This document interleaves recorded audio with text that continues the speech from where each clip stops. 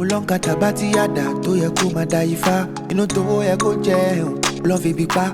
Ọba takuntakun, Ṣàngó Èṣù, Ògún Ọya Ọ̀ṣun. Ìwọ ló ń bọ̀ nílé. Kí ni ìṣẹ̀ṣe tán ṣe nílé yìí o? Ó jẹ́ lọ jára rẹ̀. Lafayette, peace and blessings. Welcome to another episode of the African Spirituality Experience. I'm your host, GBEMI. And shout out to the tribe, shout out to the new subscribers, shout out to the new channel members, shout out to the new Patreon members, shout out to all the tribe who was rocking with us last night on the live stream for this week with the Everyday Ashe. And we are here in the building. We have a new guest today, and then we also have, as I promised y'all last night, a returning distinguished elder who's been heavily involved with the Patreon community, coming in, dropping jewels and pouring into the tribe, as well as on the channel, dropping jewels and coming into the tribe. So, ladies and gentlemen, without any further ado, we welcome back OJ YEMI. How you doing? Lafayette, peace and blessings. Thank you, grateful. Share Lafayette, Nia Lafayette. How you doing? Can't complain at all, man. I'm ready to get this party started because, like we were talking before we came on the air, you know, last time I spoke to you, man, you introduced me to some very powerful, prolific, profound information in regards to tonight's conversation. And like I was telling you, man, this chart hasn't left my desk since I got it. And then, like the day when you introduced me to it, like I had to take a nap before I could even finish reading, you know, everything you sent me because it was just that powerful. And I was telling the tribe last night on the live last night, like, yo, you might want to, you know, check your notifications and make sure that you're here for this one because it's going to be a very powerful conversation because you have a special guest that you brought with you that you said is going to take that thing to a whole nother level from even what you did with me. So without that, you know, to do with that, do you want to introduce our guest on the guest of honor for this? Yes, ma'am. As Orisha Bimbi was saying, this cosmology is planetary. Is the cosmos. It has been around since the beginning of time. It is ancestral wisdom. I got introduced to it through the same way he did, through a galactic signature. And I read it. And when I read the signature, it's like I realized this is why I do the things that I do. This is who I truly am. You know, you go through life and you know you get your purpose and you know you're told what to do, but to actually read it, to actually see it, and then it opens something up in you. So quite naturally, I was directed to mimic melanated mortals making evolutionary change. And here's this sister just giggling and, you know, just free spirit. But the wisdom that flowed out of her, no war, no conflict, unification, no judgment, just free. So I introduced to you, when I say Kentucky, it means Queen Mother in Ghana, H-Pre, High Priestess Ma'at of Mimic. Hold up, and Alafia. And definitely is an honor to be here. And I already feel, you know, at home. It's just an energy already, you know. So, you know, thank you so much for having me here. And yeah, I'm excited. You know, the same thing happened to me. The same thing happened to me when I was introduced to the galactic signatures, and once I read mine, I said, "That's it. Okay, you know what? I'm okay with me now. I see. You know, people would always say I'm spacey, I'm windy, I do this, I do that. Well, guess what? I'm a white galactic wind, and the wind is spirit. The wind is spirit. They say I talk a lot. I just keep talking, right? And the wind is a communicator. And also, if anyone is familiar with the Kemetic cosmology, my last name, Makaru, right? Makaru is true voice, or victory in voice. And if you really go into the research of that, it's like a title that that represents you.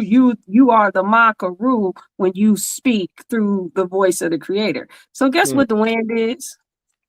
What's The that? speaking to of the creator. So it even matched my name, you know, and so that was it.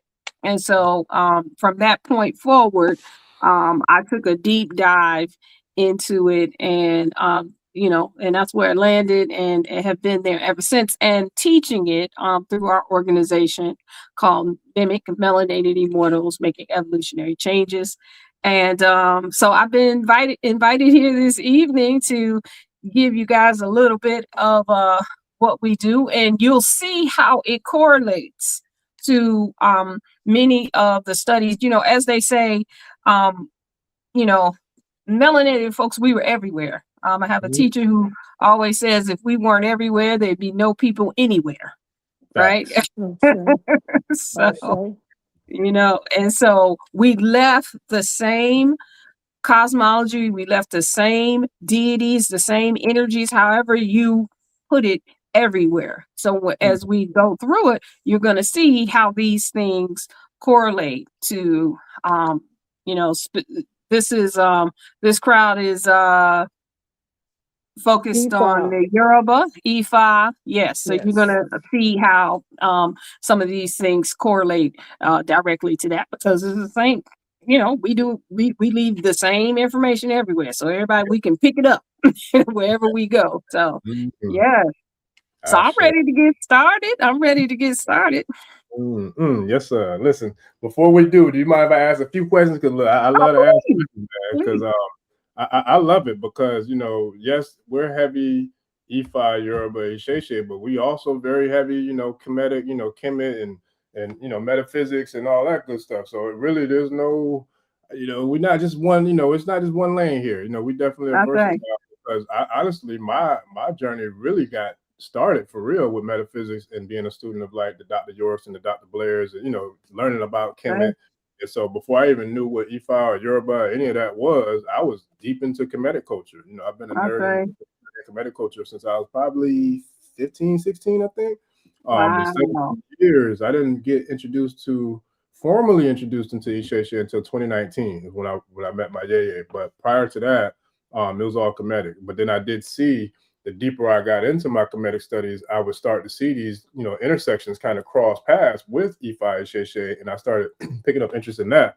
And so the way it happened to me is because I didn't have access to any Kemetic priests or priestesses to like take my growth pattern, you know, my growth on my journey to another level, because I kind of was stagnant, not having the connections. But down here where I'm at in Florida, we have kind of a big Isheshe, Ifa, you know, population down here. So I was blessed to kind of cross paths with the culture that way. So, but I never left my, you know, my upbringing from the Kemetic culture. So the channel is mixed with a lot of different healers and teachers and elders, you know, from a lot of different cultural, you know, walks. So it's all about collectively us building together, and not, you know, one over the other, or, you know, looking down nobody for nothing else. Because at the end of the day, I don't care what you do and what you practice, who you pray to. If you're in alignment with the energy and the ashe of what we're doing here, let's get it, because that's what it takes anyway. You know, all of us. So, but I appreciate you. So with that, how did you get your start in the Kemetic culture before we get into the presentation? You know what? It's so funny. Mine is the reverse of yours. Wow. So, well, no. Actually, I started off. Of course, you know, my background, like many people, I was raised Christian. I was literally raised in a cult. I didn't know it at the time, but because I was born into it. But you know, cult is not necessarily a bad thing. It's a culture. But we were an offshoot of Seventh-day Adventists, and we kept all of the Jewish holy days. So I was basically, you know, we kept the Sabbath, you know, Friday sunset, Saturday sunset, and things like that. But as a child, I always, like many of you, right? I always had, I could see ancestors, I could see energy, you know, had those spooky nights where everybody would sleep besides me, you know. So spirit was a big thing for me growing up. When I came out of the Christian church, I actually went New Age. I went New Age because I started learning about the Celestine prophecy, conversations with God, and things like that. And I was getting these. I had a bad car accident, and I had back problems, so I was going to a chiropractor. After my chiropractor treatments, I would go to this massage therapist. Massage therapist did Reiki. And so when she started, she told me there was an energy massage, and I was like, energy massage, that sounds like the devil, the devil massage energy, don't nobody do that, right? So anyway, but I loved it. And so then I got trained in it, I got a, Reiki master teacher and all of that. And then I kind of started following the mind. I was interested in the mind. So I took this, I went through this extensive program in dealing with beliefs and where your beliefs came from. And I realized that most of my beliefs were given to me. And so, so I did that. And then I opened up this, I'm in the Washington, D.C. area. I opened up a wellness center here in Washington, D.C. And, I had all kinds of people come through. At that time, this was before, this was big on Oprah and all of that, when they were doing the DNA testing. This was, what's her name? Gina Page and Dr. Kittles, they have their thing that's called African ancestry. So they were only interested in testing the African ancestry. And so they would come in and do workshops at my center. And so I was one of the first groups that got that testing done. And, they tell you to test it first on your maternal side, because that's the only gene that it doesn't change, right? It's going to stay the same, and it's going to go, whatever. So anyway, I did that, and my bloodline came back Yoruba. So I knew that I was a priestess. I've always known it, even when I was in the Christian church. I got baptized early. I was, teaching the children. Like, I was just in it. Whatever it was, I was religious about everything that I did, even my work and things like that. So anyway, my bloodline came back Yoruba. At that time, I moved to California, and that's an interesting story too, for another time, of how I got all the way from DC to California. But when I went to California, I went looking for an Ifa temple. I went to Leimert Park, and I went in there. I got in there once, and I had a reading with the Babalawo, and he told me my Ori was Oshun, and then every time I tried to get back in there, I couldn't get back in there. They were having a festival. They were, it was just for the members or something like that. So then one day I go into, I lived out in the valley in California. So I go into this vegan restaurant, and I see this woman sitting in all white. She had these long locks, and she had the silver ankh on the table. It was her and her husband. And I said, who is that? And she was an elder, and I was like, I don't know who she is, but I know I'm supposed to be talking to her. So anyway, we wound up sitting next to them, and she became my godmother, my boots. And so I went to Kemetic. I went through the Kemetic route. But after I finished my training, I became a priestess in the Kemetic tradition.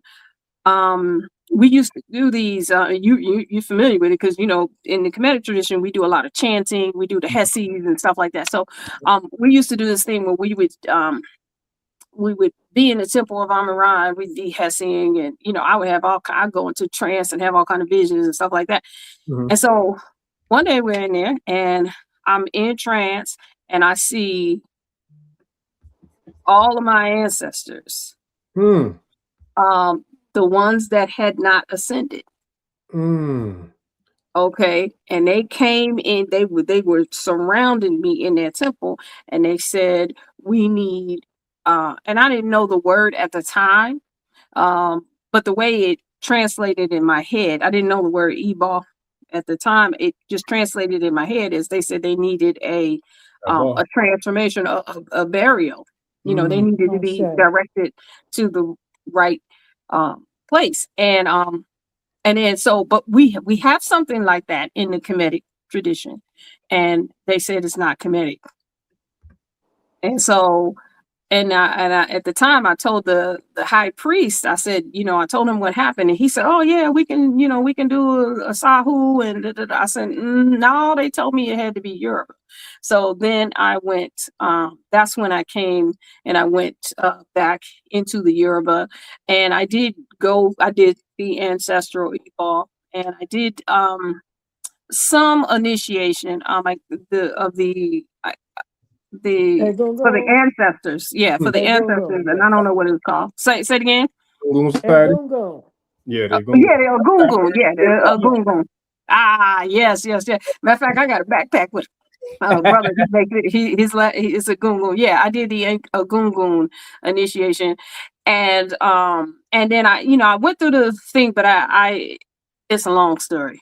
So anyway, I went to I did go Yoruba, and then I was still always brought back to the Kemetic cosmology, and then from there, that led me into the brain balancing. I went through brain balancing training with Dr. Jewel Pukram, and when I was there, a brother named Babawani Kimi Tuhudi Shabazz came with the law of time, and he was the one who brought, who made us aware and started teaching classes about this cosmology. He also came with another brother who we now call Neb Taharka Kanish Kawak, who teaches another part of it that's even more, more technical, called the hollow mind perceiver. So when they came in, that was it. I had come out of hiding. I was, trying to sit in the back, right, and just learn what I needed to learn. But then when they came and they brought this cosmology, come to find out, Baba Wanique is my guide, my exact guide. And so at that point, I went knee deep into it, and we've even expanded it past the way that we learned it, because once we get it back, it starts, all these things started, clicking in. And then of course, if you see, I New Age, Kemetic, Yoruba, did a little bit of a Khan, Vudan, all of that stuff is all integrated into this. And so that's where we are now. I love it, man. My wheels are spinning and turning all over the place. I already see. We're gonna have to definitely. I'm just gonna ask right now before we're gonna need you back. We're gonna need you back, because look, I already got other guests. I'm like, look, I need to do one with her and him. Like that, because I just see it, and it man, it's amazing. Like, it really is. So I get that's right. Yes, I'll be back. I'll be back. Yes. So real quick before we get into it, I want to do this because you said you're from the Bmore, DC area. I'm not. I'm actually from Chicago. I'm from the South Side, right?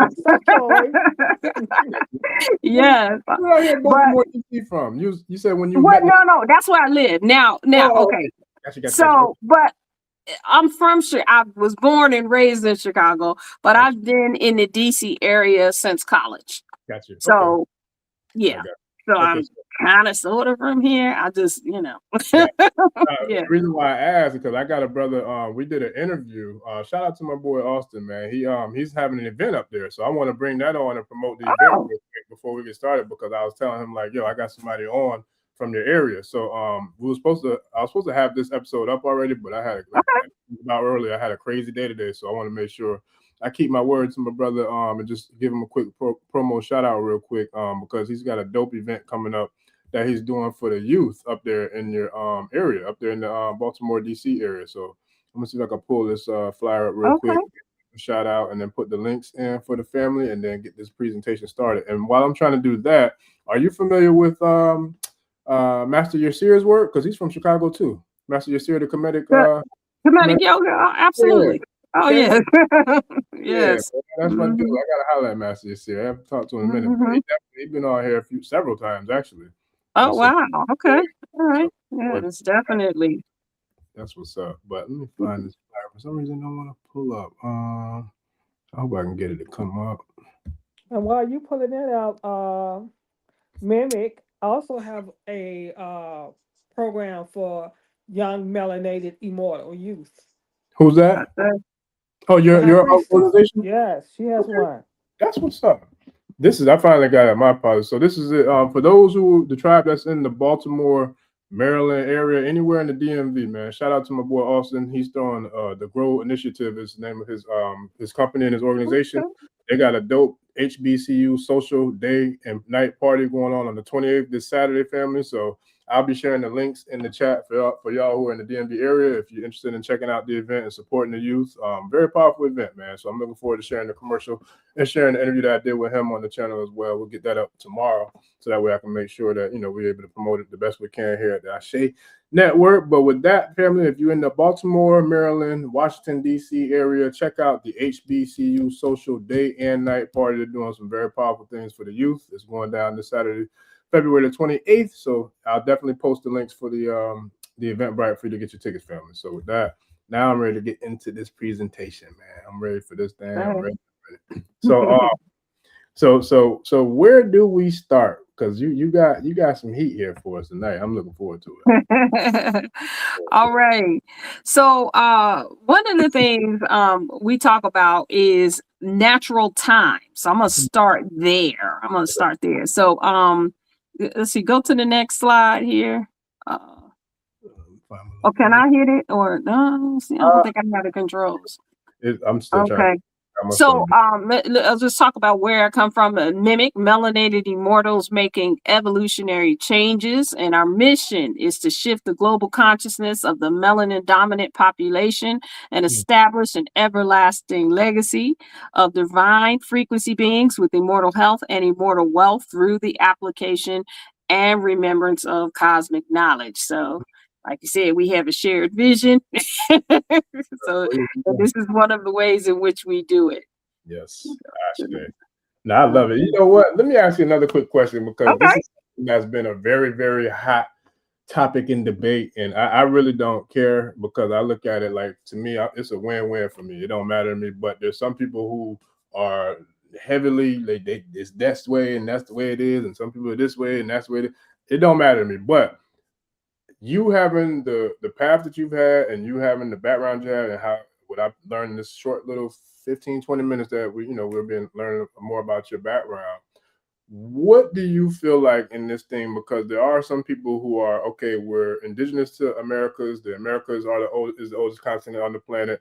We were here in the Americas before we were in Africa. Then you have some people say humanity started in Africa. We came from Africa and we migrated all around the world. There's no way that it started here in America. It started in Africa. Where do you come out on that?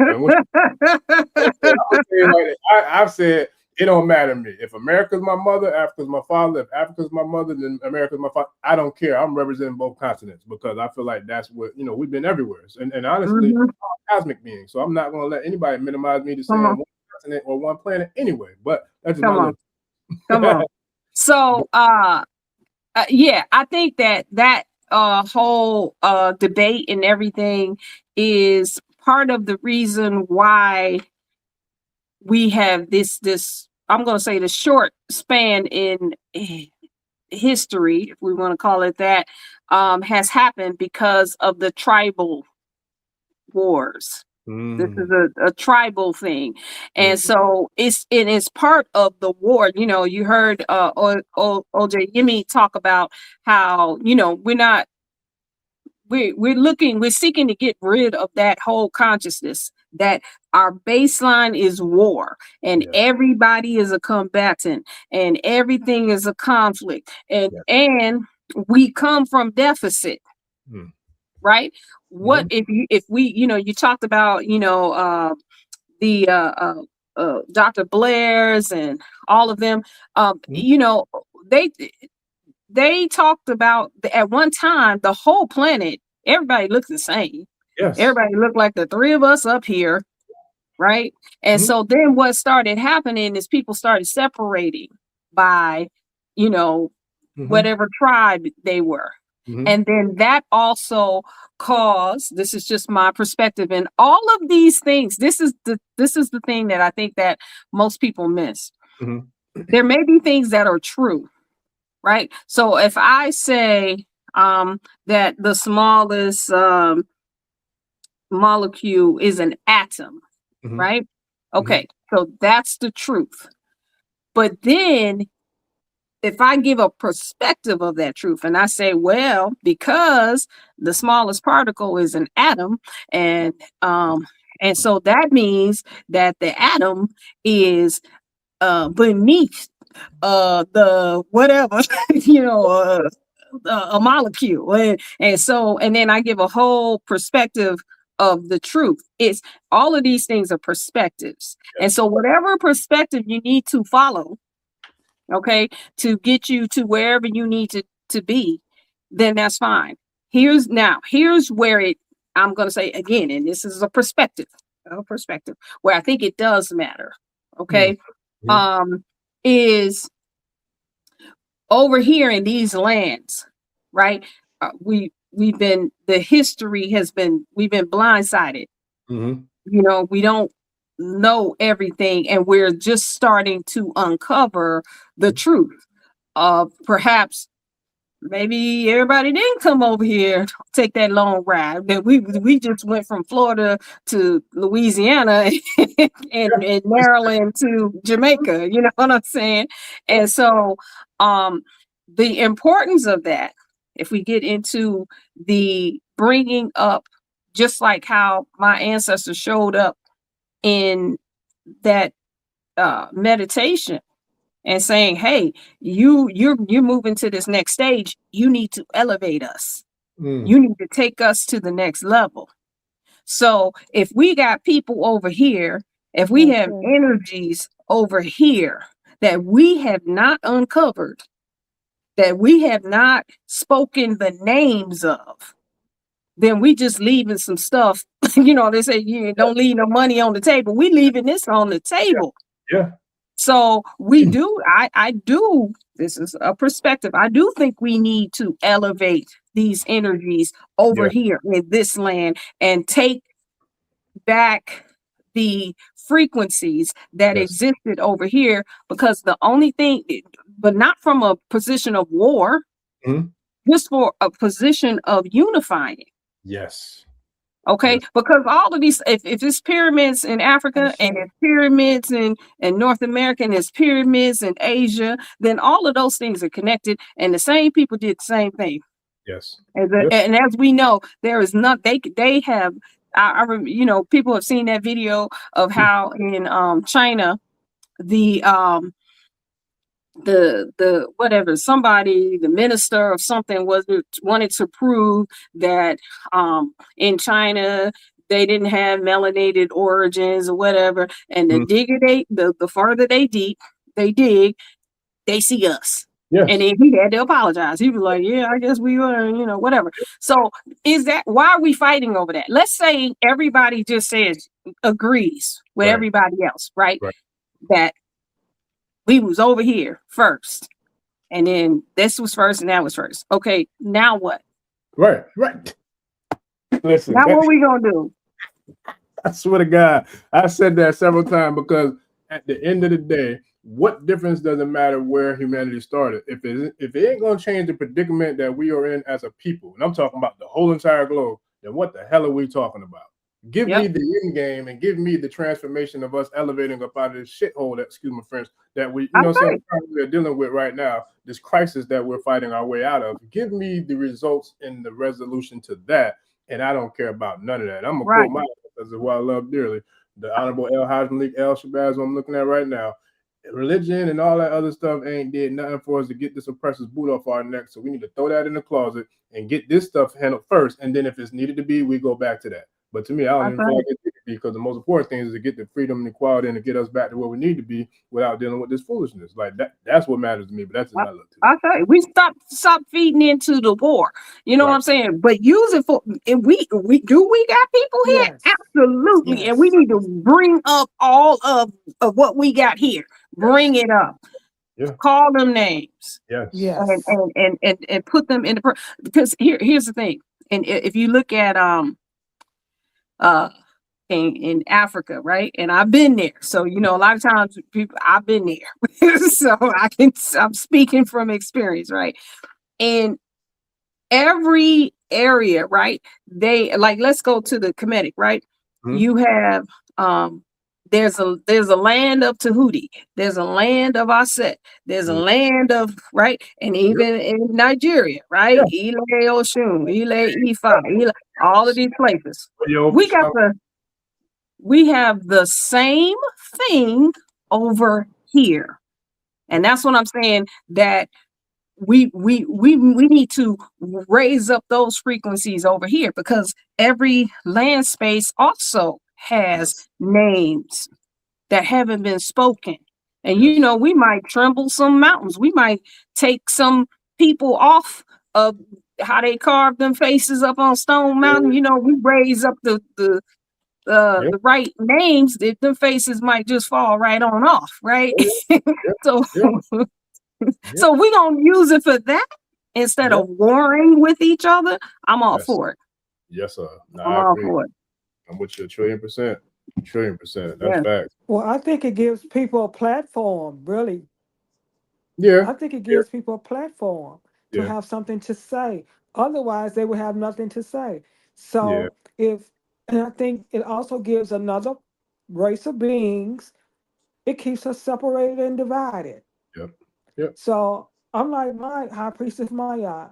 Let's take away the war. Let's take away the let's take away the deficit. Who cares where we come from? We here. We all over the planet. Yeah. Unification. Let's take all that collective ashe Yes. and shift it. I like that.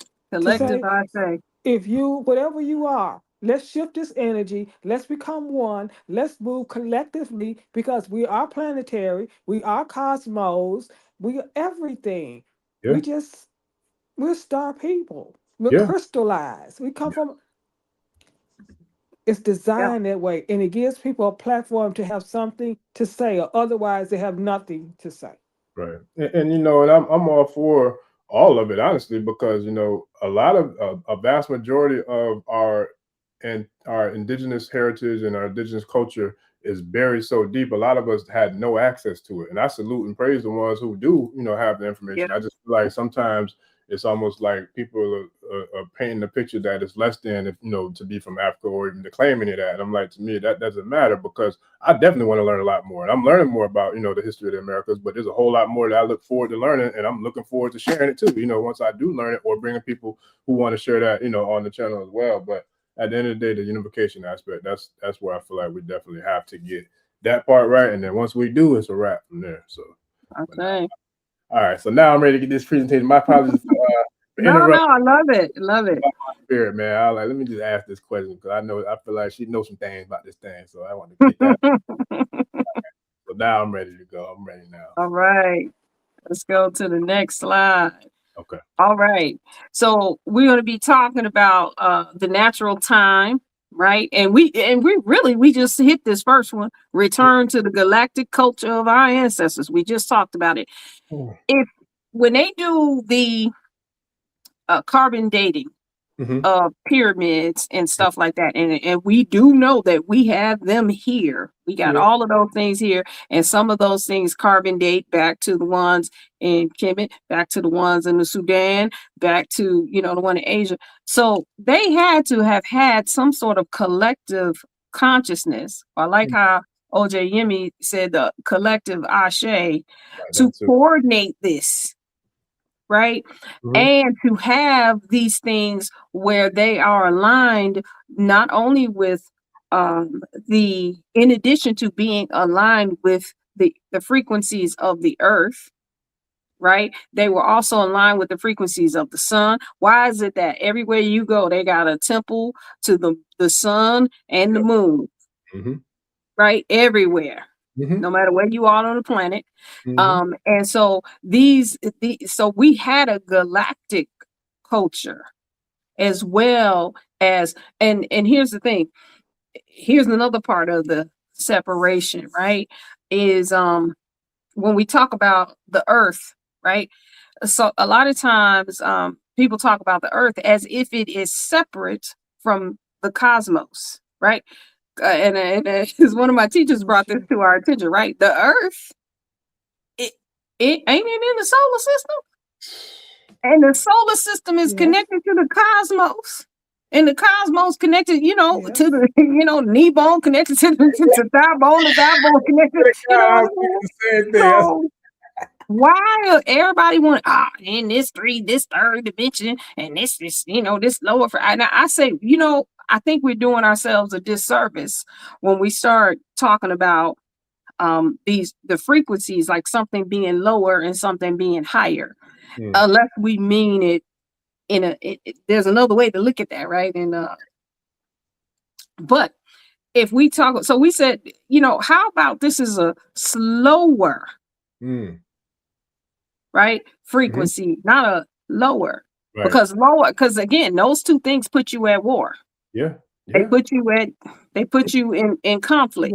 Because if you think that your physical form is lower, or in your lower chakras, and lower and higher in a hierarchical manner, meaning whatever is higher is better, okay, than a lower, where the lower is anything that you thinking about in your meditation, and you stay in the ethers and stuff like that, and you actually want to experience it, then it's gonna have to come through those so-called lower chakras and frequencies, right? So the earth, the only difference is the same difference in our bodies, right? Our body is our slower form, not our lower form, and it has the full capacity of source, right? Because this is something I've been thinking about and been contemplating for a while. I said, hey, it doesn't make any sense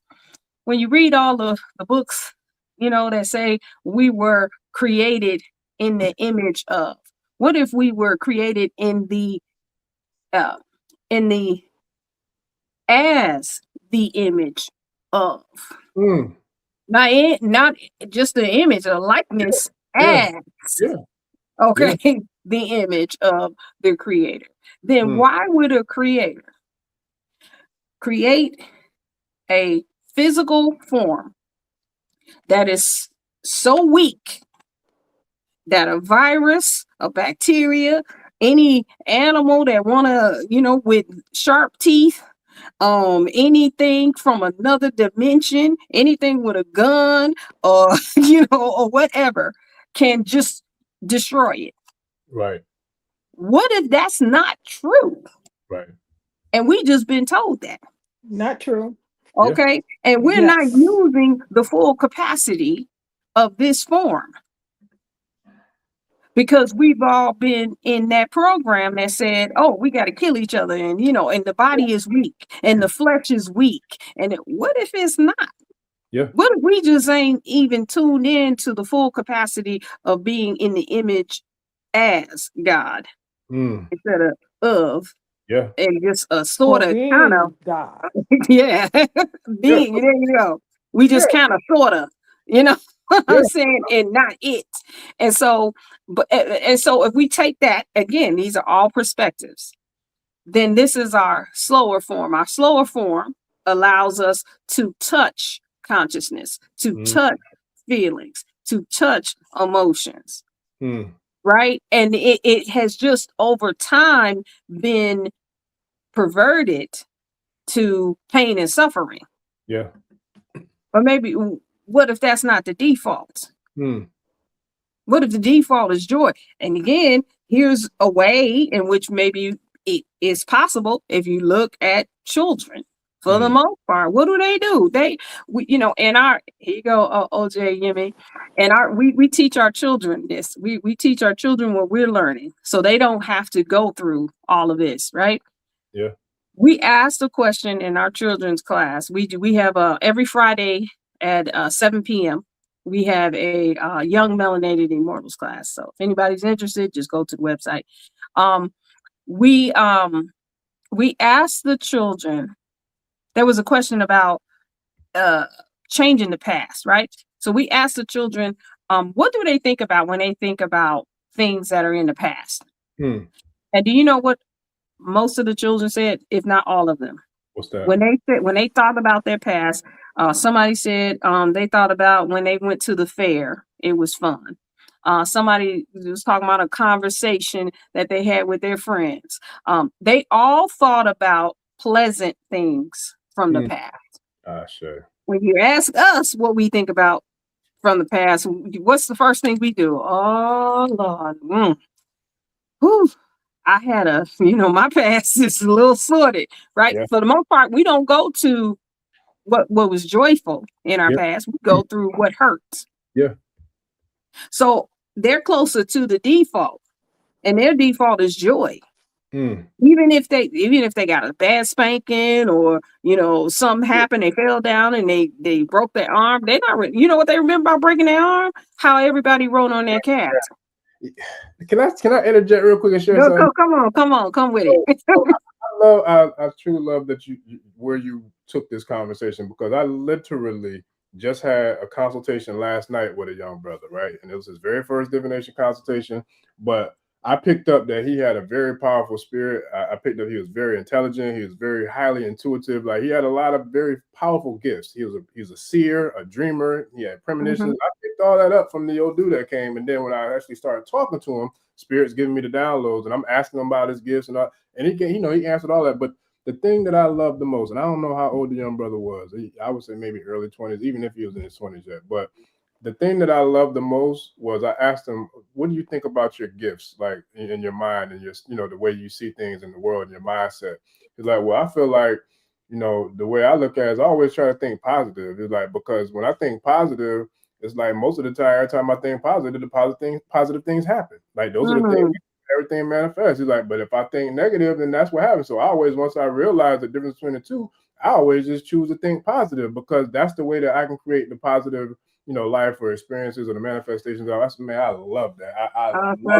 I'll say. I don't know how many people I wish had the ability to think like you, because whatever happened yesterday, that's yesterday. You can't go back if you wanted to. If it was miserable, I don't give a damn. You can't go back there and live that misery, because it's gone.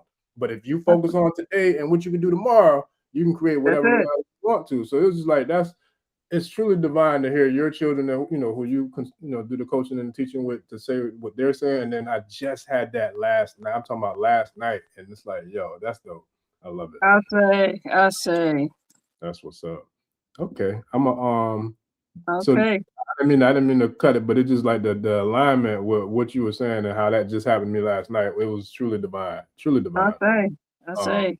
I have no OJ. I think hopefully her phone didn't disconnect. But do you want to go back into you want to finish the thought, or you want to go back into no, I think we were talking about natural time. Oh, okay, let me finish on natural time. And we talked about the return to galactic culture. That's what we've really been talking about in that whole time. Let's talk about natural time. So natural time is what is that, right? And so here's the thing. A few months ago, right, we were in December, and many of you have heard this. Now it's very popular on IG and TikTok, right? But we were just in December, and we know that DEC means 10. We was in November. Nova means 9, and so on and so forth. And all of that was because of how crazy.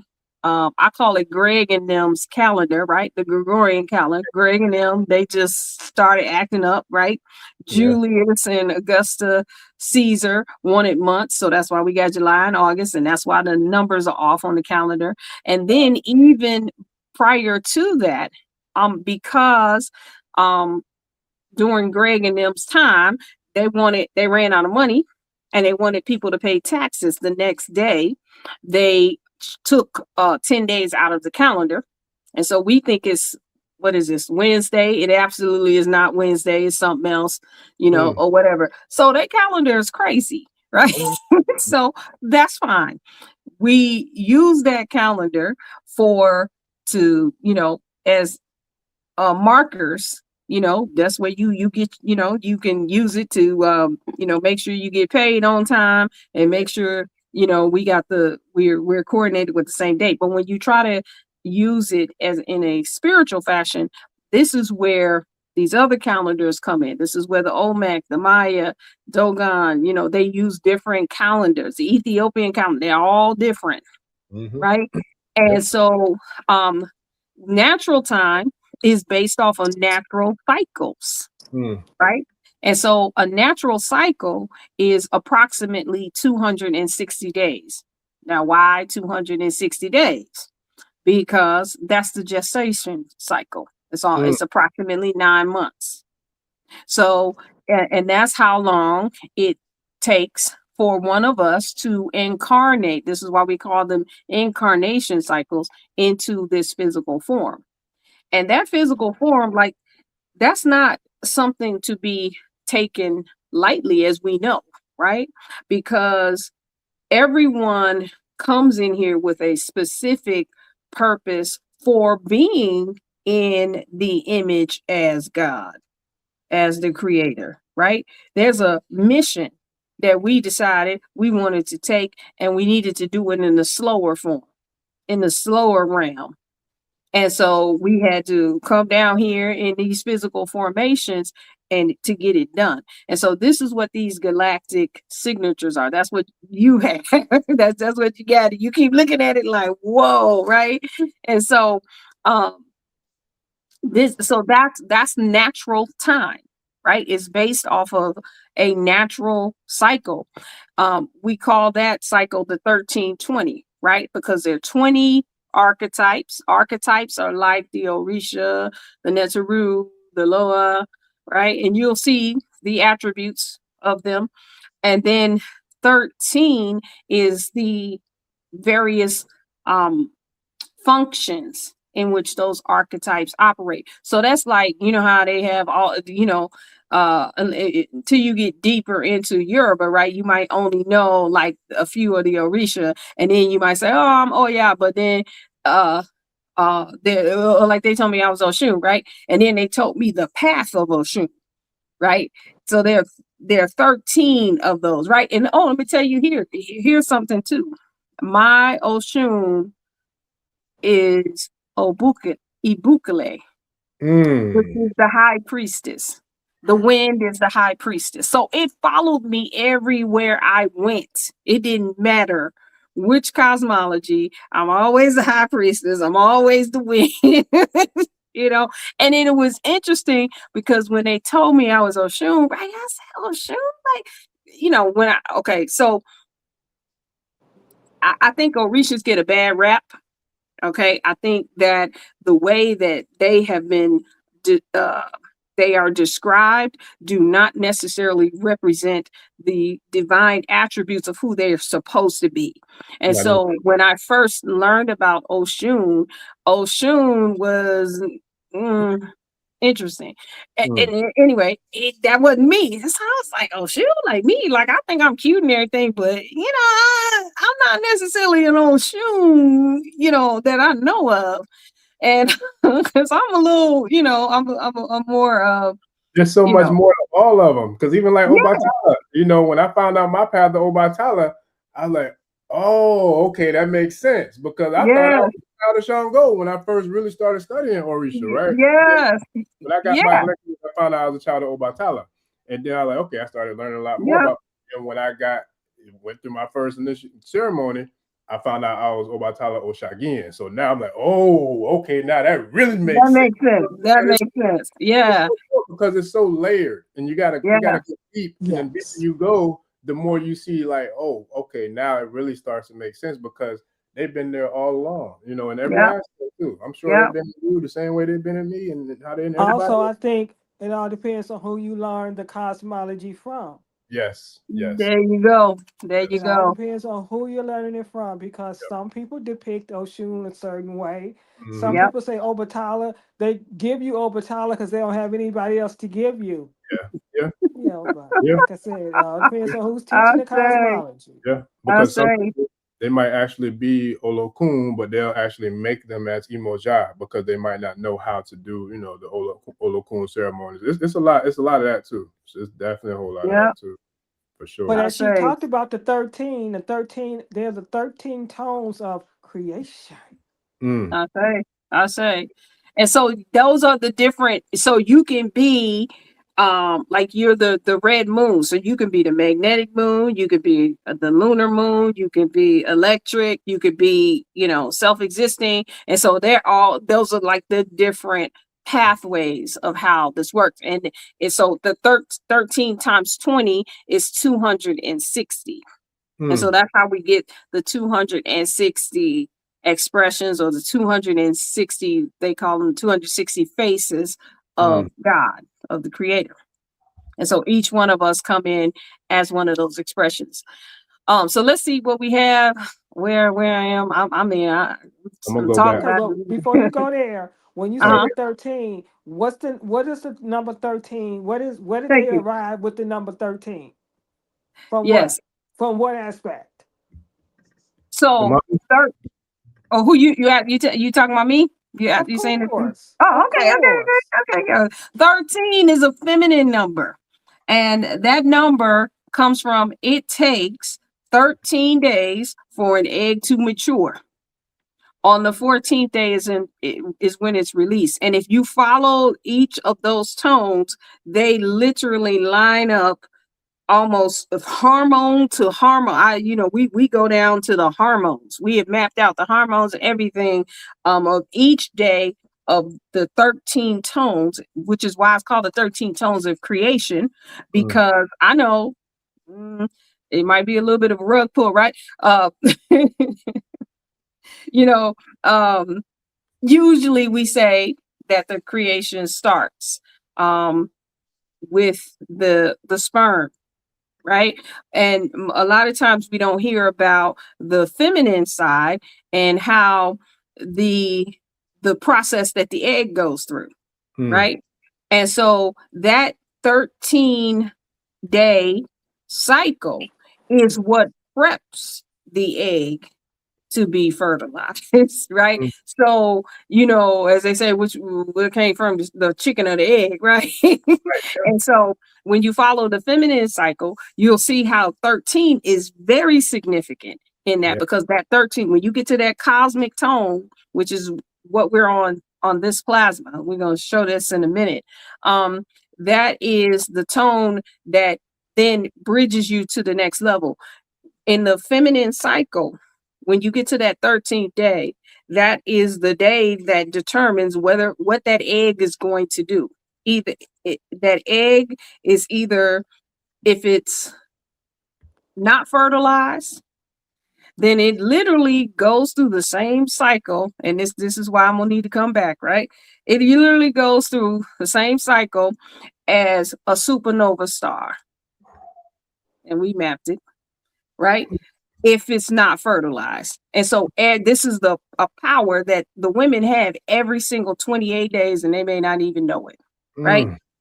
And then we got something for even if you don't have a cycle. Mm. Then if it is fertilized, then it literally mimics a cosmic event, that a galactic event that can change a whole solar cycle, a whole So, solar system. mm. Okay, if that's when that sperm meets the egg, it's a whole change. It creates a whole new the solar system, a galaxy, or whatever, which turns out to be one of us. That's us. Oh, shit. We Mm. literally, it doesn't matter if you were the first child or the 25th child. Mm. Each time a child came into that family, a being came into that family, it literally mimicked a cosmic event that may only happen every billion years, or multiple billions of years. right? We haven't had a cosmic event in this area, you know, for billions and billions of years. If that happened, that's over. So if we think about who we really are, this is why I say we are in the image as God. Yes. Because it took a whole cosmic changing event for us to come in. And the only people that can minimize that and make that, you know, like it's nothing is us, as us. Yeah. We're the only ones that get to say that. Yes. And so once we go back to our origins and change how we are looking at these things, then perhaps we'll have different experiences. We don't necessarily need the war, not for what we're warring for now. Right. Right. So. Listen, that's powerful. And then we're gonna get back to this presentation, but it's just so much organic, like wisdom and understanding coming through that I don't want to stop, because Monday, the ancestors has been on me heavy about doing a show every day. So I'm like, you know what, I got to be obedient. So like as of Monday, it's been every day I share, right? So we started out Monday. We're talking about the State of the Union, I think, but I went all over the place. But the dope part about it is I did a lot of research to just kind of like catch up on all the different current events from a lot of different levels and areas. So the main thing about it, I started out with it being Monday, you know, in Yoruba and Isheshe, Monday is Ojo Ajay Day, right? So I gave homage to the mothers. I did a prayer for the mothers, but I wanted to also start from the planet, you know, honoring the mothers. So I shared this video that I want to share with y'all real quick, because it's going to take it to a whole nother level. And then I got another picture I would like to share, because it's bringing about the cosmic Yoruba pantheon from a planetary aspect. But when I started the show, I shared this with Mother Earth, and let me pull it up real quick. Let's see. Right here, boom. So check this out. When I shared it, I didn't realize until after I watched it later on that night that in this happened on February 15th in Hawaii. Very powerful volcano, right? It erupted 42 times. And we all know that is the 42 laws of your namesake. MAAT, right? Then it erupted up to 1,300 feet high. Whoa. So, and when I was sharing, I'm like, yo, this is Mother Earth letting us know that she is breathing, inhaling and exhaling, letting us know she ain't with the bullshit. She ready to make stuff happen. But I wasn't even looking at the numbers. I was just talking based off of what Spirit was giving me. And when I sat back and watched it, I said, oh my God. 42 times, which is the laws of Ma'at, and it went up to 1,300 feet high. Divine feminine. That's it. About Shango, but then I was telling them, I'm like, yo, but I don't know how many, like you were saying earlier, how many people know. A lot of people know about the main Orishas, but how many people know about Aganju, who is the Orisha who is considered to be Shango's father, but also the Orisha of the volcano. So you talk about the divine and the divine feminine. Yeah, mother ain't playing. She ain't playing, man. So I just you know, okay. Okay. Yeah. Anyway, a whole bunch of things just went off. A whole bunch of things just went off. Yeah, listen. So and I agree.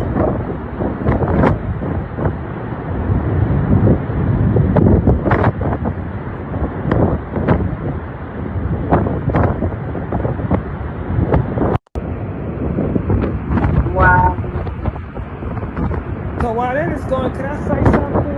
I'm gonna take it off and let you say anything you want to say. Can I say something? If we have to purge and cleanse ourselves, why would not Mother Earth has to purge and cleanse herself? So when a volcano or something happens, isn't she allowed to purge and cleanse? Oh yeah. You know what I was thinking too about the vaginal fluids. You know, our fluids are acidic. They burn. You know, they burn off things. You know, when the most and I know we know this, but you know, most of the sperm when it enters into the vagina, you know, there's over but 2 million sperm that are released. Most of them, as I like to say, got by the vaginal fluids, like that volcano, right? They do. So that's why the men have to have so many, so that the other ones can walk over them lava rocks and get into the cervix. Man, listen. That is amazing. Oh my God. And there's ooh. Yeah. Okay. It's the vibe.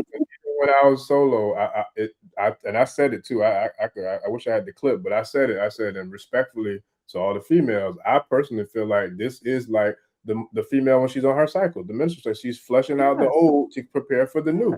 And it's just like, y'all to come back and say that as the feminine, like, I'll never be able to be that. But the fact that y'all said that too, that's how I feel like spirit works, when it's working through us.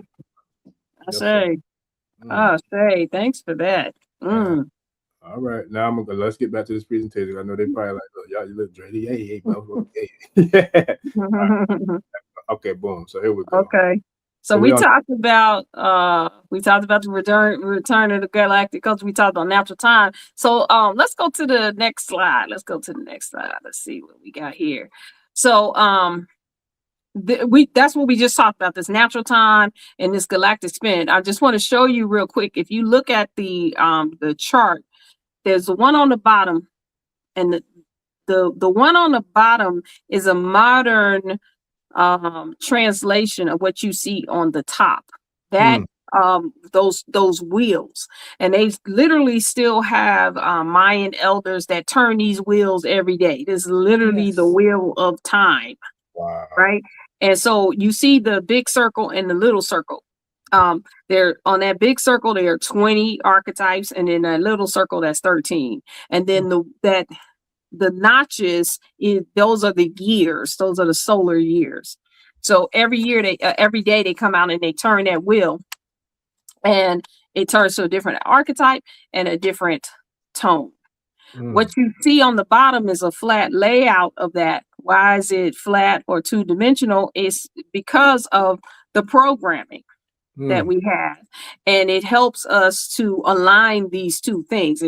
Looking at it that way helps us align with this spiritual or spherical energy, right?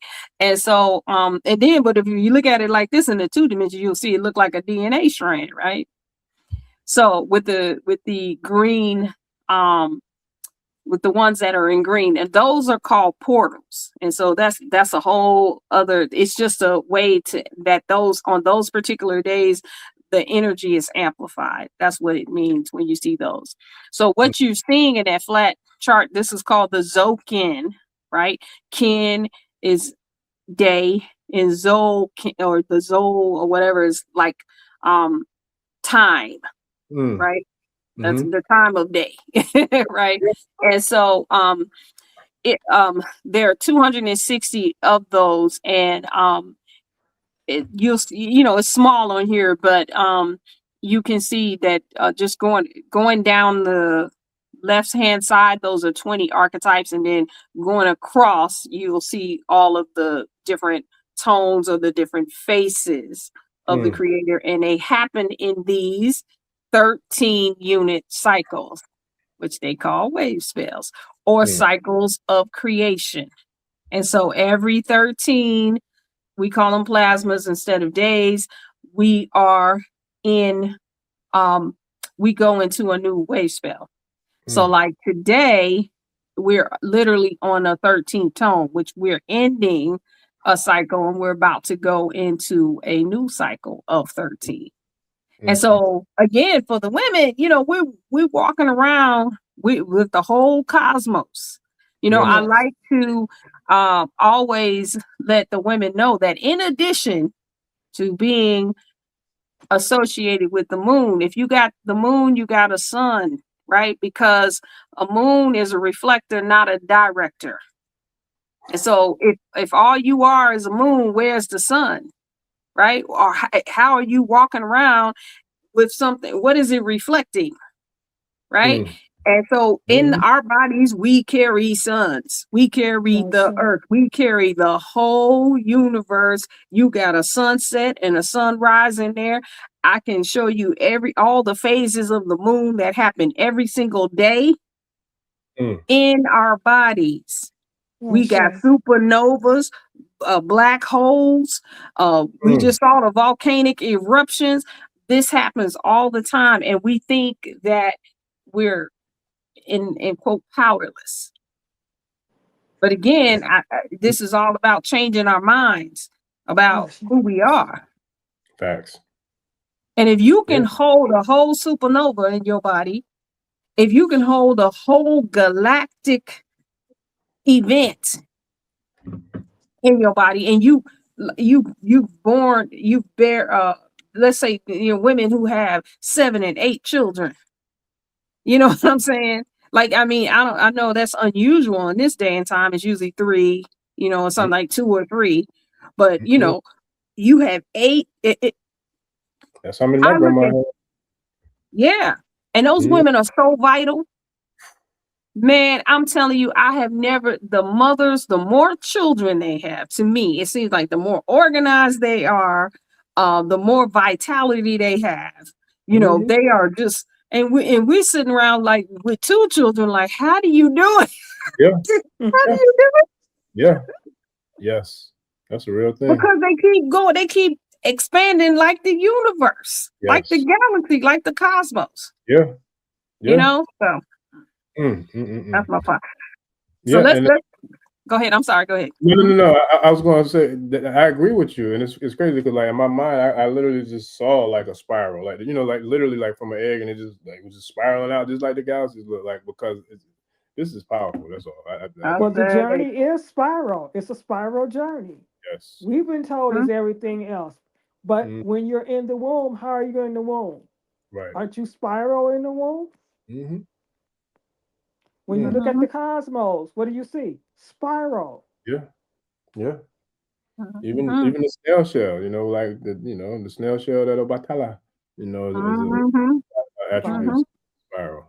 So you know, he was considered to be what, one of the first, if not the first Orisha. Yeah, it's a lot, man. It's a lot. So I need to ask a question, HP, about the 20 archetypes. What's another name that we call them besides archetypes?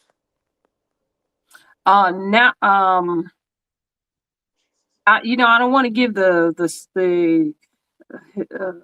No, just the Hispanic name. No. You said that just like we have a moon inside of us, we also have a sun inside of us. So okay, yeah, the solar seals. Okay, I was like, I thought you would ask me. I'm going all the way back to the Olmec name, right? Solar seals. The solar seals. Yeah, they're suns.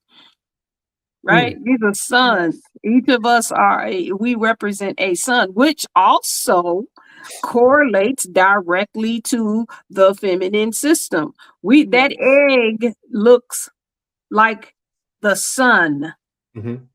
It looks just like a sun, and when you look at the sun in a telescope and you look at an egg in a microscope, and especially, you know, when they show when they're doing what is that called, in vitro, and the sperm, or what is that, artificial insemination, and they can show how the sperm is swimming around the egg in the sonogram, or whatever they call that thing. Yeah, in the sonogram. The stars attract comets. And they swim around the suns the same way. And if a comet penetrates an egg, excuse me, see that? A comet penetrates an egg. A comet penetrates a sun or a star, it is a cosmic event. So literally, as above. And let me for the brothers, what's a comet made out of? The comet is made out of some of the most ancient particles in the universe. That's what's in it. They said the dust in the comet. Right? The comet is cold, the temperature. of the comet is it's ice, right? And the sun is hot. Eggs are hot, right? Eggs are warmer than the sperm. The sperm are, you know, the body temperature is what, 96.5 degrees. The sperm temperature is lower than that. I forget how many degrees. So it's cold, just like a comet. That's deep. These are not, come on, you can't make this stuff up. No. So we've been, so, you know, we've been told we like the moon. Really? Are we not? Is that all? In addition to, you know, like I said, is it that we on the moon cycle, or is the moon on our cycle? Man. Because that ain't the only thing we got. We carrying suns, literally. And we have the same, what then does that energy within us represent, and that we haven't activated yet? And we're not now again here let's go into the calculation from a war mind of what that means. Oh, well, that means the women got to rise up and take over and do this and do that and go, and then we just, you know, sometimes when they talk about the rise of the matriarch, and we all know that that's what's happening, right? The war mind might say, well, what's going to happen is the women are going to come and just replace the war. You know, it's going to be us in charge of the tanks and the guns and the things or whatever. I don't think that's what it means. Right? No. That's not the calculation to make. The calculation is not that since we have the power of the sun and the universe and the this and the that, then that means somebody has to be in charge of the other, or somebody has to be superior, or somebody has to be inferior, or whatever. Those things were given to us. Yes. You know, in certain languages, they don't even know what that means. That means, what are you talking about? Yes. You know, we usually take it and we equate it to, like, I love trees, right? So I do a lot of study in the trees, right? And so, you know, underground, they have a whole network, right? The whole mycelium network they have underground. And the mother trees, they call these the mother trees. They have more resources than everybody else. These are the big trees. And they don't necessarily distribute everything equally. They don't say, hey, I got 20. And so, they only have 18. So I'm going to give them 2 or whatever. So we, you know, whatever. No, they give, if this tree over here is not getting enough sunlight, then 2 of the mother trees might send that one sunlight. Right? And let the other ones that are already getting sunlight, y'all be all right. You know what I'm saying? And then it might be one that has enough sunlight, but it is just producing like crazy. And it's off the charts. They still send that one, you know, sunlight and minerals and chlorophyll and stuff like that. And so nature, a lot of times, this is one of the reasons why we studied nature. You know, we talk about returning to our culture. We studied the cycles in the earth, the cycles in the stars, so that we can remember that this is how we were created as well, not to be beneath the cosmology, but to be in alignment with it, to remember that this is all, you know, as above, so below. Everything divine stays divine. Right? And we operate in the same way. So, you know. So this is how I see 1320. I see 1320 as saying that we have the divine feminine and we have the divine masculine. Right there. Harmonious, androgynous beings. Yeah.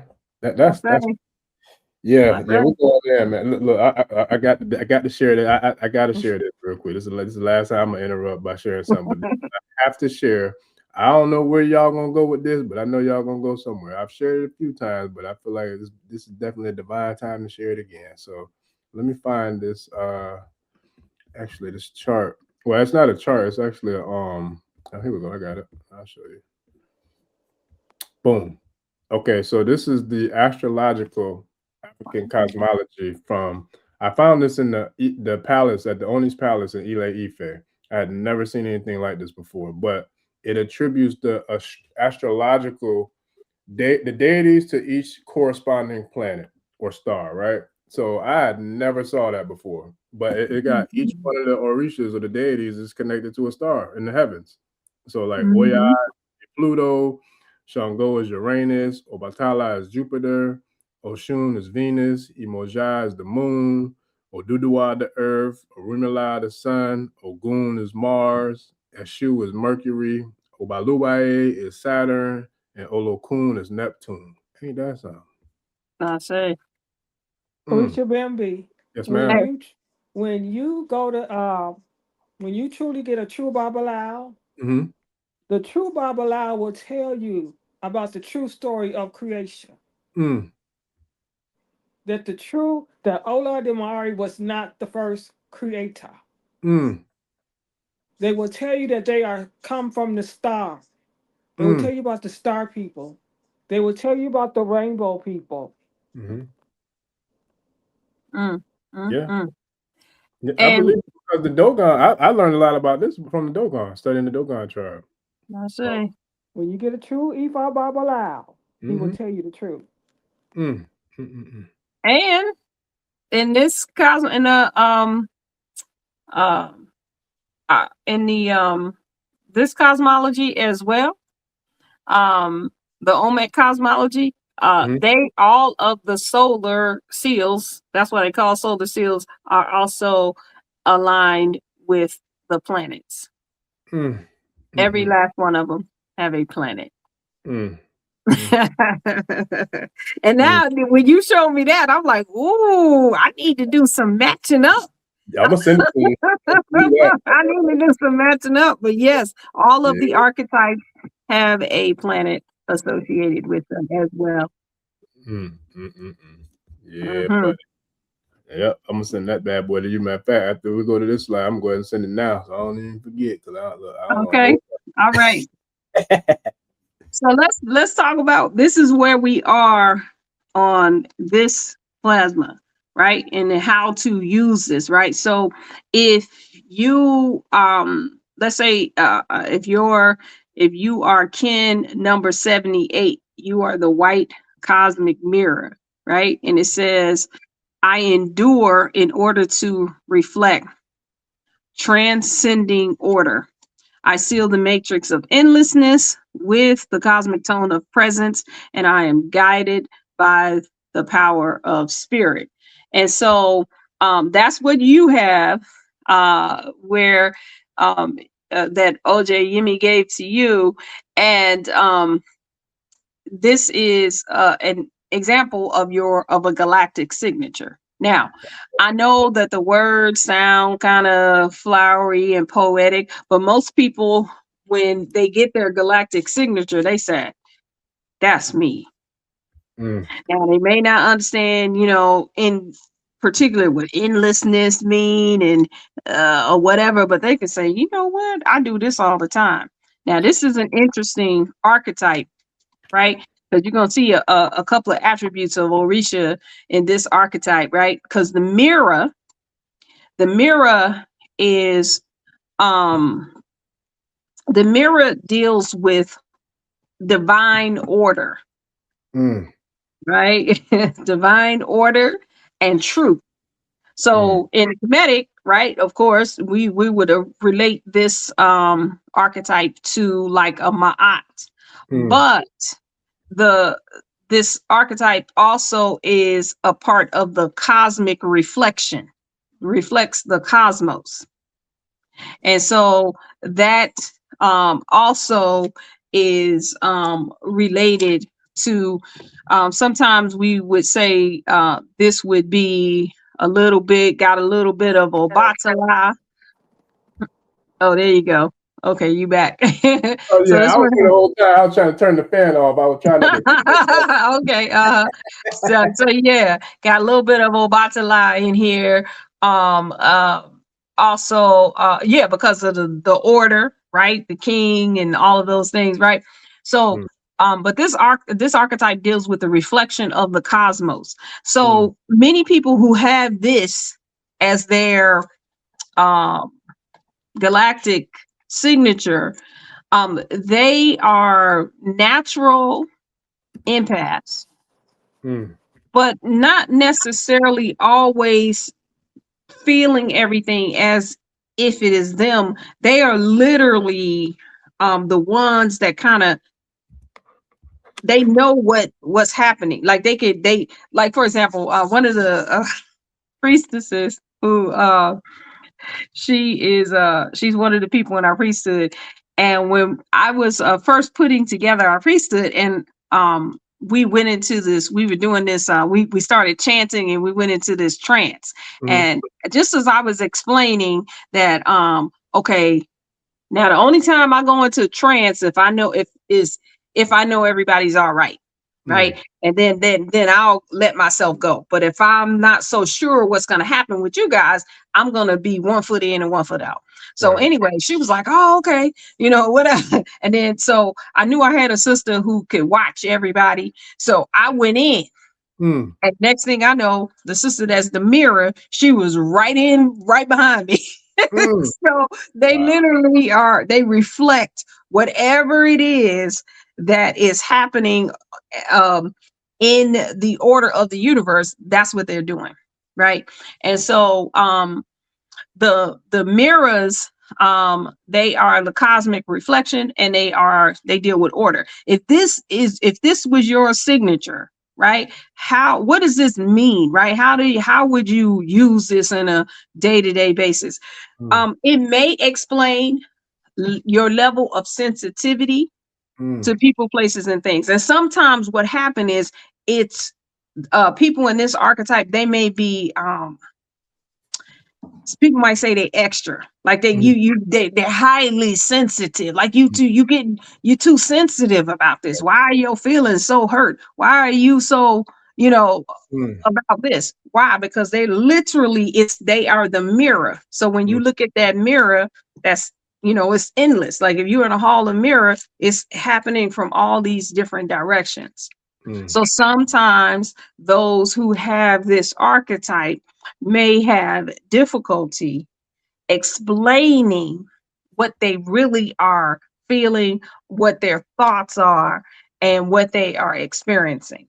And so when you get your galactic signature, you find out you're a mirror, you say, oh, okay, that's what's up with me.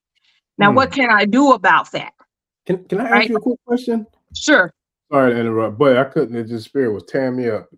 Because this whole mirror thing that you're speaking about, when you first started talking about it, it really, all I could think about is that similar to like how like our Egbe would be, in the Isheshe tradition? Is that a similar? Yes. So we say our Egbe is our twin that stays Yeah, in heaven. your twin. Yeah. Yes. Is this like a similar like? Well, Yes. it is this archetype's specialty. Okay. So yes.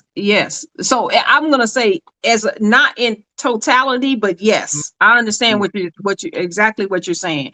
Okay. So what I say about these is when you come in, you have a specialty. You have access to everything, right? But you also have a specialty. And so the Egbe, yes, would be the specialty of the white mirror, right? Because they deal with endlessness, and then they have to learn how to bring it all into order, right? And so what helps them do that is what we have here, what you see with these, you'll see in the middle, it's called your destiny cross, right? So you got the 2 white archetypes, right? The one in the mirror, that's the soul, right? And then what's on top is the guide.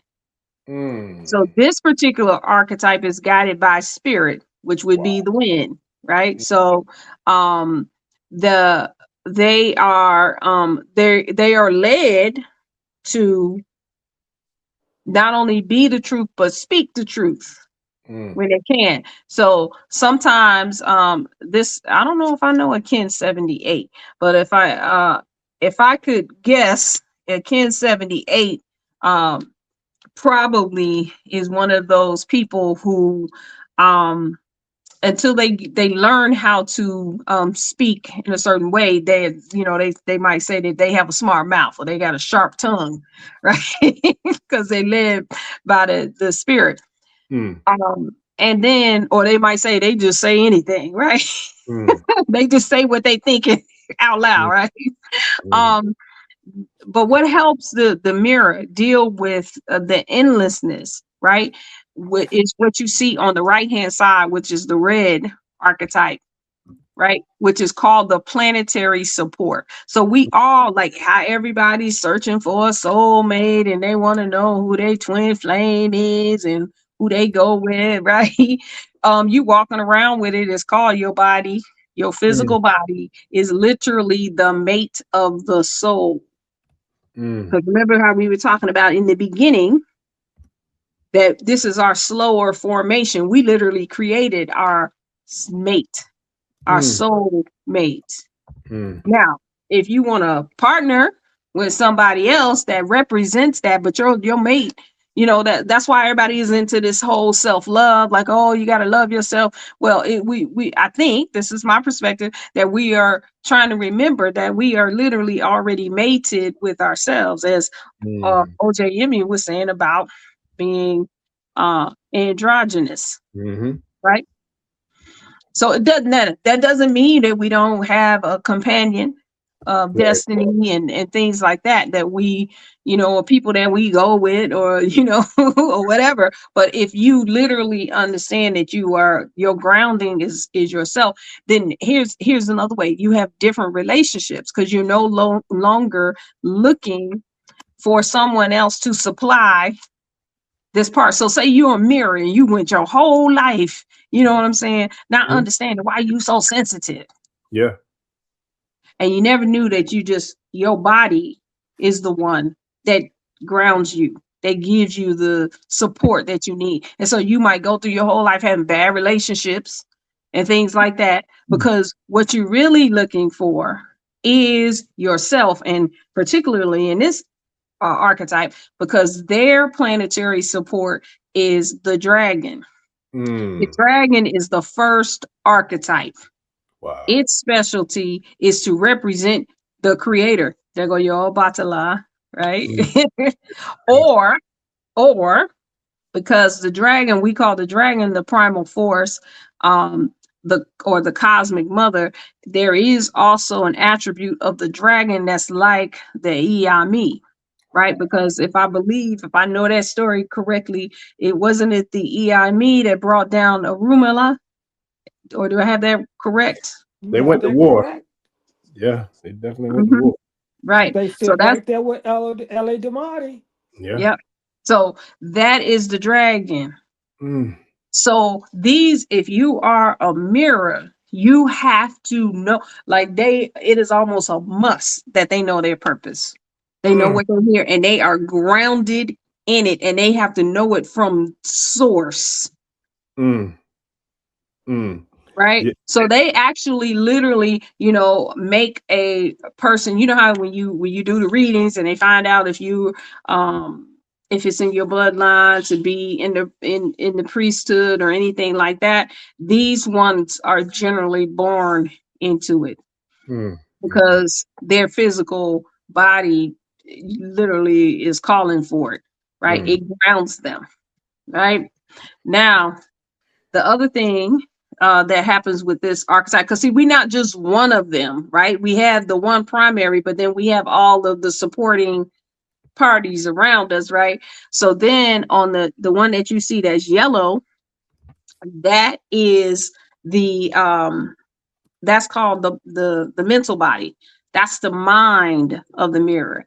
And this one is definitely a representation of Oshun, because this one is called the artist. Right? And the artist does everything in beauty and elegance, but is also the way shower. right? Because if I know one of the stories of Oshun, if I remember correctly, Oshun was the one who was sneaking and peeking to see what was in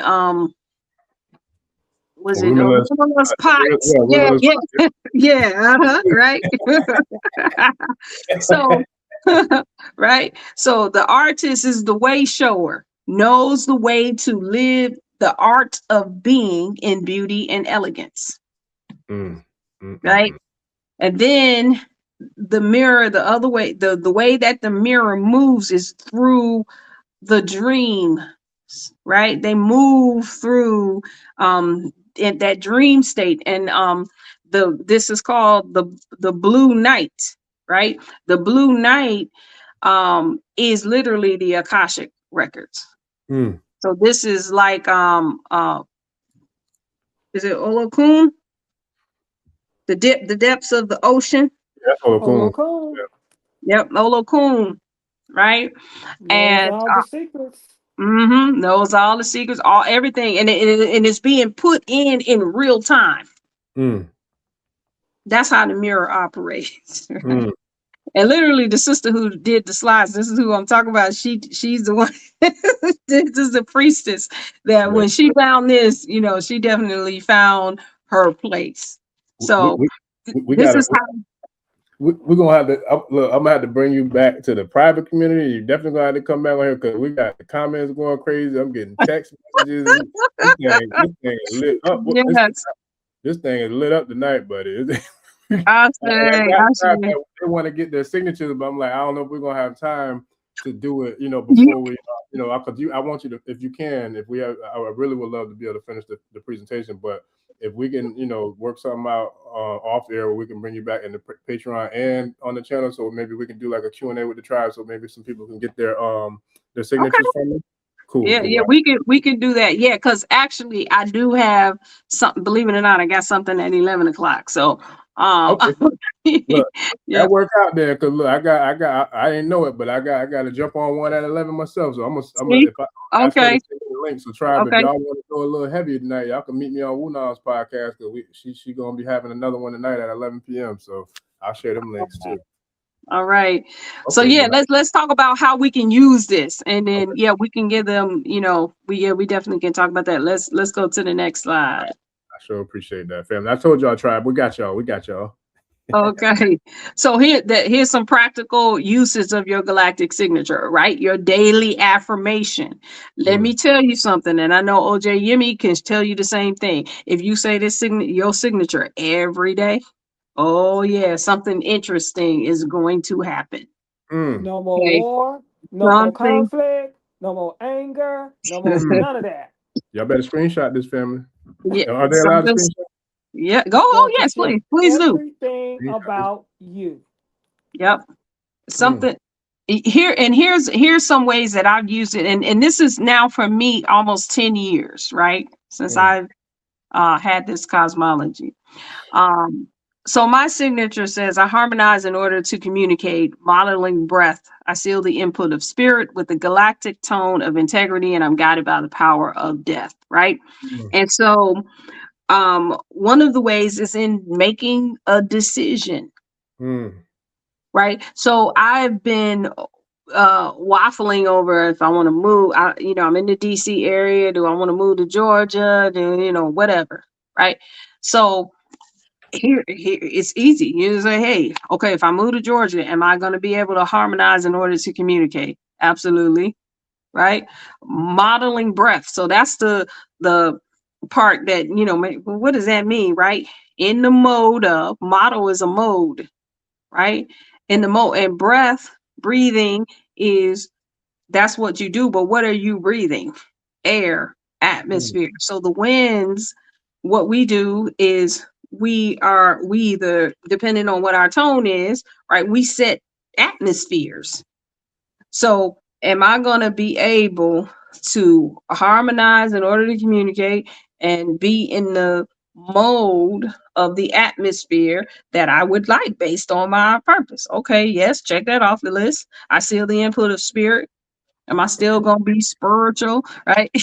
Yeah, okay, let me do that. Check that off the list, right? With the galactic tone of integrity, is it gonna be sustainable? Now, there was a time, maybe 3 or 4 years ago, it was not sustainable.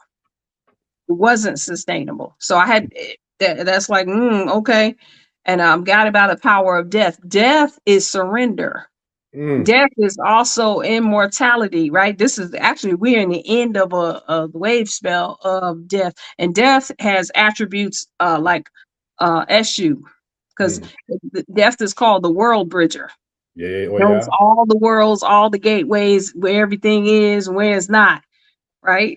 And if you scared of death, you're not going to be able to see them. You're not going to be able to see the opportunities. You're not going to be shown the opportunities. So that's the world bridge, right? That's my guide. So, and so at the time, 3 or 4 years ago, I used my signature. I couldn't do it to make that decision because it would not be aligned with my purpose. That's the easiest way to use it, right? For understanding relationships, right? Here's real quick about what I mean, right? So you are a red kin. YEMI is a yellow kin. Your relationship is, you are emotional, right? You move each other, right? She can put you in motion and you can put her into motion, right? You and me, because you're red and I'm white, planetary partners. So just immediately you were like, yeah, come on to the Patreon and let's do this and let's do that, right? And then I'll be like, yeah, come on, let's do that. It'll be real easy, for us to conduct business because we're literally planetary support. So that's like physical support. And so this is an easy way to understand relationships. If you have a person who sometimes, it's like y'all talking 2 and 3 different languages, especially when you disagree about something. For you, it might be a blue kin. Somebody that has a blue archetype might do that for you. For me, it may be yellow, right? Because it's called and then for YEMI, it might be white, right? Because we would represent each other's mental partners. So that might be what they call the challenge and the gift. But when you learn to use it as a gift, like, it's fun, it's interesting. Now with yellow kins, wow, I look to have yellow kins, right? Because we keep each other going mentally, right? And they know where I'm going and I know where they going because we're each other's minds. So, YEMI, like a lot of times, you even on here, you probably heard her finish my sentence, or I finished hers because we were representing each other. For real. Yeah. But sometimes last week I was so moved I had to take a nap. I wasn't playing. I was serious about that. I say. But sometimes those relationships may be the ones where you have the challenges because they represent the challenge and the gift. So when you have this cosmology and you say, oh, my mate is a yellow kin. Oh man, I see what happens.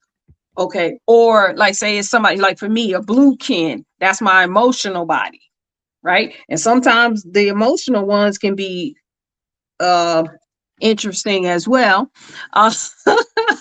But generally what happens with those are the people you can kind of be raw with, right? So you can just have whatever mood you want to have, and and you'll have that mood, and then y'all might exchange words and then say, all right, well, I'm gonna go ahead. I'm going to make something. You want something? And and it's over. Those are those people who are in your emotional body. So it helps you. One, it stabilizes everything that you may have wondered about yourself, and then also helps you to move with people differently. That's why we love to know who we're talking to. because then I'll know like what position that person is, and then I'll say, okay, I know I gotta, I do it this way with them. So, yeah. Also, could I say something about your Please. galactic signature? I love it. This isn't a toy. This isn't a game. When you get this signature, just think if we were all meditating and saying our signature, every plasma, there will be no war. Yeah. Collectively, we would all, the Mayans and the OMAC did this collectively. Yeah. Every plasma, every kin, they honored their galactic incarnated signature. So if we were all doing this, wouldn't we be in synchrony? Wouldn't we have harmony? So this is what I say. When you get your signature, you're making a decision. Yes. It's just not a piece of paper. We say it looks like that, but when you get that signature and you truly see your purpose, you see yourself, then you now have the responsibility to do something. Don't get it if you're not going to do anything with it. Man. Come on now. Listen, I'm telling you, like, I don't exaggerate, family. Like, the tribe who was with me last night on that live, I don't exaggerate. I do my best not to call nothing more than it is and nothing less than it is. I do my best to paint the picture as clear as possible. I wasn't playing last night when I told y'all, like, it changed my life. Like, seriously, like, it blew my mind. It's been on the desk since I got it.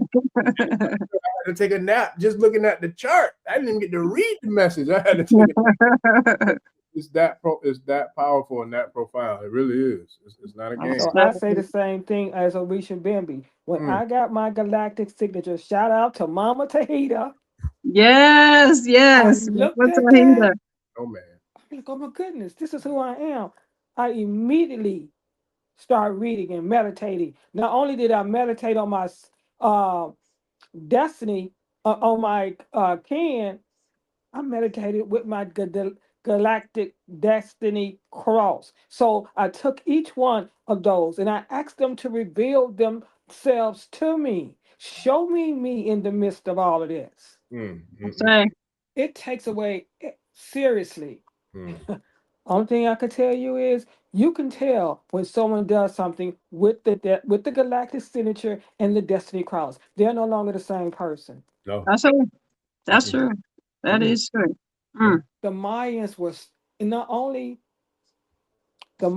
was so wise that the 13 tones from the 13 moons are in your joints in your body. The archetypes are in your 10 fingers and in your 10 toes. Not only are they all in your body, not only that, they all in the planets. They all in the different countries. This is mathematical genius. Yes. Science, planetary, cosmic, crystal. This is everything. And just think, we collectively can shift the energy of this planet. Yes. I say.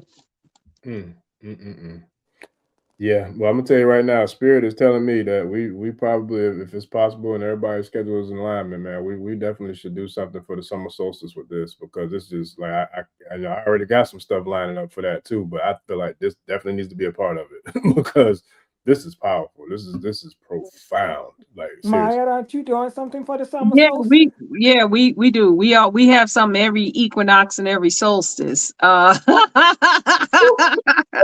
look, real quick before we go any further, too. Wunam said she told me that Spirit revealed to her that you're definitely supposed to be in Georgia. So, and she is a powerful seer. She powerful just like you. Like, so I say. Taylor said, Spirit said, yeah, she's supposed to be in Georgia. Okay, well, I'm getting the little tingles. All right, thank you. Yes, I say. Want me to keep going, or you want to? Well, you know what? I'm looking at the time, and I definitely. But look. Give them a sneak peek, though. I'm giving a sneak peek on what we're going. I gotta show you this. Yeah, man. How many more is there? It's like 10 of them. No. Yeah. That keep going though, because that's the one that's gonna be really right. So this is where you can go and find it. Good, because somebody was asking me what your website was too. So this is your Yep. website. Okay, so Yep. This is my website, and then I have a QR code on the last slide too. Just keep going. Those my books, and then the QR code right there. And I'm gonna get everything off of here. I'll snatch it down. So when I get the actual episode uploaded with the description, I'm gonna have all that in there too. So perfect. We'll put that out there for you for sure. All right. Woo! You can take it, HP. Man, give thanks, Queen Mother. Yes. I can't thank both of y'all enough, man. Because I already knew. It's funny because you and there's several other guests that I had. I didn't even talk to you, but I knew it was gonna be something crazy. I already knew just from the way she described it. I knew, and from what I got from her, I was like, oh yeah, that's gonna be crazy. But it's like it's amazing, man. Like just to see this divine alignment and how it's all coming together. Like it's powerful, and then you can't make this up. Like this is where we are, you know. And there's so many things I feel like that look so bad and look so discouraging and look so, you know, horrific about how things are going on in the world. But when you see something like this, it reminds me of who the F we are. Like I say. Can't deny it. So we appreciate you. We give thanks and gratitude for you coming through and dropping words of wisdom in this beautiful presentation on us, man. I can't thank y'all enough for that. It's powerful. Thank you for having me. It has definitely been a pleasure and honor to be here. And yeah, I look forward to come back. Put me in, coach. Put me in. We'll be trying to put you in this week, but we're gonna have to check in with you tomorrow and see when we can do that because the trial. Okay. I already knew this was gonna happen. So yeah, I'll definitely be in touch. I sent you the map already, and then I'll touch base with you tomorrow to see, you know, we can line something up and get you back on here and in the Patreon community. So family, we're gonna make it happen. We're gonna make it do what it do, babe. We're gonna make it do it. I appreciate you. So I'll be in touch. I'm gonna wrap up with y'all. OJ, you hanging out or you gotta go too? Or before we you gotta go, right? No. I do, but I want to share something with them real quick too before I get out of here. Okay, I'll hang. Speaking on what you said, thank you. We appreciate it. Yes. Thank you, HP. All right, thank you so much. I'll see y'all. All right, wholeness. I was before we got on this, right? I had been working on a bunch of stuff that I was bringing for, you know, with the tribe, but it's amazing how the alignment is because I had a brother, I can't remember if it was a brother or sister, but one of them was talking about, you know, asking about the ancestors and how to talk to the ancestors and this and that, So I've been working my butt off to try to put some things together. So literally today, I didn't get to set it up the way I wanted to, but I did get to create something that I'm looking forward to sharing with y'all family for the tribe. I got a book that I'll be dropping, an ebook. It'll be coming this week for sure for the ancestors. And so I wanted to have it all together and all lined up where everybody can, you know, go to the website and download it, but I didn't get a chance to get it done before we came on. But I just say all that to say the way I was moved by this, and I shared that, like I said, last night, and I meant it. It was profound, and I didn't get a chance to tell you that the day when we had I was sharing it during the call, but it was just like I didn't know how much it impacted me until we got off the call. And it really did. It literally drained my battery. I'm talking about it was early in the day. It was like what, 11 or 12 o'clock when we was talking? It was early in the day. It was afternoon yet, I don't think. And I wasn't tired, I wasn't slow. I was wide awake when we spoke. But after that conversation, that information and that download was so extremely powerful and profound. It literally drained my entire back. My whole energy was drained. I'm like, I had never experienced anything like that before because I've done things where it drained me. I've been around negative people and they drain my energy, or I've been around environments where it might, you know, whatever the case may be, it could be murky energy, whatever the case, where, you know, you get drained or you can just, but that was something that I had never experienced before, of being drained, but in a way that it wasn't nothing negative. I think it was just the fact that it might have been like, it kind of like for people who play video games or even if like a car, if you have something that kind of overheats and you got to kind of shut it was almost like my energy signature, like my spirit got heated up so hot that I had to kind of like to cool that bad boy down. I had to cool it down. I was like, yo, this is nuts.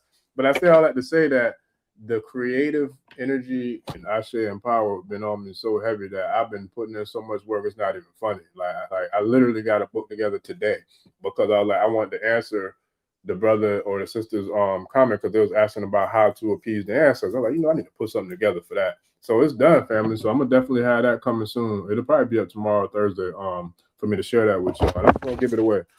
Because Alicia Bambi. Yes, ma'am. When I got my, I'm very passionate about this. I'm very serious. Oh, yeah. 1320. This is no joke, and this is no game. So I tell people, if you truly want to shift, if you truly want to be, we come here sacred and divine. We came here with everything that we needed. This is cosmic. This is galactic. This is planetary. This is the crystal grid. This is just this 1320 is so powerful. It's layered. This is just the first layer. So I tell people, when you start study that galactic signature, you study your cross. Now, when I give out the galactic signature and the cross and the destiny cross, I also give I give you everything that you need so you can do this for yourself. So you can study. If you study, it's going to reveal itself to you. It's going to show you exactly what you need. It's going to wake up that body, because the 13 is also the 13 tones of creation, but they're also the 13 moons. So the Mayans knew that it was 13 moons for the 13 cycles of sistering. It takes 28 days for the moon to go around the sun. So what Jose Agregoras did was he took the Zolkin calendar and he modernized it for us everyday people, and he said we call them heptads. We don't use the word week, and we don't use the word days. So each day is considered a plasma. Each heptad runs from 1 to 7. The first heptad is the color red. Red is the initiator. The second heptad runs from 8 to 14. It is the white heptad. White refines. The third heptad runs from the 14th to the 21st. It is the blue heptad. Blue transforms. Then from the 22nd to the 28th is the fourth heptad. It's yellow. Yellow ripens. So each one of these builds upon top. Everything starts with the primordial mother, the dragon. She's the initiator. This cosmology runs, each archetype is in 4 sets: red, white, blue, and yellow. Then the next 4, and the next 4. So what's called is each starts with the red dragon and it ends with the yellow sun. 20 solar seals, 20 archetypes. Then when you go to the 13 tones, the 13 moon calendar, each tone starts with the magnetic and it ends with the cosmic. And each one of these tones is a power, an action, and an essence. Also with the solar seals, a power, an action, and an essence. Each moon carries a power, an action, and an essence. We're in the galactic moon, the galactic hawk moon. This moon says, harmonizes, it models, and it deals with integrity. So throughout this whole galactic moon, you should be asking, am I in harmony? Do I model? And do I walk in integrity? Each archetype, which is the 260, 13 times 20 is 260. The 260 are the 260 expressions that you get to express the creator. Every plasma is an opportunity for you to express your highest and your greatest self, of that plasma, of that kin. There's no one. When I gave her sister her galactic signature, I said, well, there's no one greater than the next. Ain't no big me's and little I's in this cosmology. I love Each that. one carries a purpose, a power, an action, and a function. So they all depend on each other. I say. Oh, I love that. I love, and that's from the big mamas. Yeah. Yes, sir. I've been saying that. I don't know if it holds as much weight as you. You can't deny it from you. Well, you But know you how I agree feel with about it. I me or don't not. believe in titles, none of I that. know. I know. Look, You look, know, I ain't gonna and lie. right. It took me probably about a good month or two of us communicating to just call you OG because I was calling you EI and yeah, and you know, and I'm like, you really do not, you don't accept that. I'm like, dang, I had to really like unlearn and relearn for real, just to respect your wishes because Right. I'm just So, so and I used to, also need to share with you about what this does. It opens up your telepathic. It opens up your intuition. It opens up your whole mind, your dreams, your visions, everything shifts. So if you're not ready, you better get ready. I have a sister friend, HP Amiset.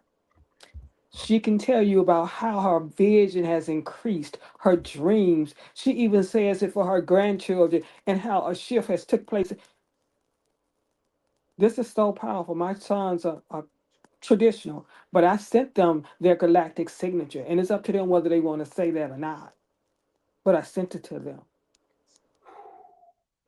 Yeah, I'm gonna have to get with you to get some for me and me and my family too, because like I said, it's and you know, I didn't even know.